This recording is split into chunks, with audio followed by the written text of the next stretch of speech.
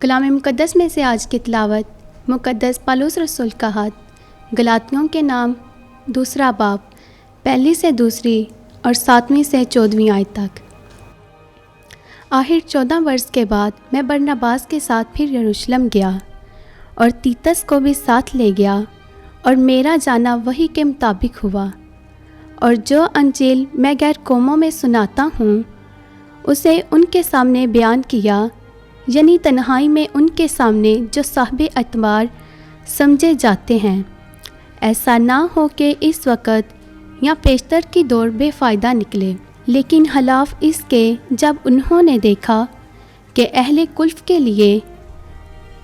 میں انجیل کا امانت دار ہوا، جیسا کہ اہل حتان کے لیے پطرس تھا، کیونکہ جس نے اہل حتان کی رسالت کے لیے پطرس میں اثر پیدا کیا،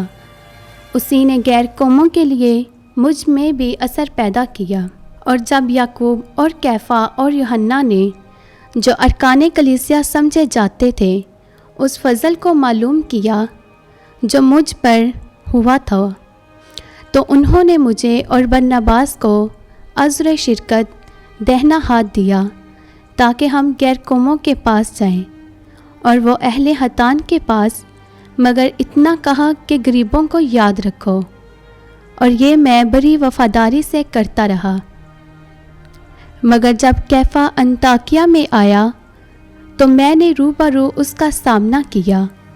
اس لیے کہ وہ ملامت کے لائق تھا، کیونکہ وہ پیشتر اس سے کہ کئی شخص یعقوب کی طرف سے آئے غیر قوموں کے ساتھ کھایا کرتا تھا، مگر جب وہ آئے تو مختونوں سے ڈر کر پیچھے ہٹا اور الگ ہو گیا، اور باقی یہودیوں نے بھی اس کی دورنگی کو قبول کیا، یہاں تک کہ برناباس بھی ان سے اس ظاہرداری میں کھینچا گیا۔ جب میں نے دیکھا کہ وہ انجیل کی سچائی کے مطابق سیدھی چال نہیں چلتے،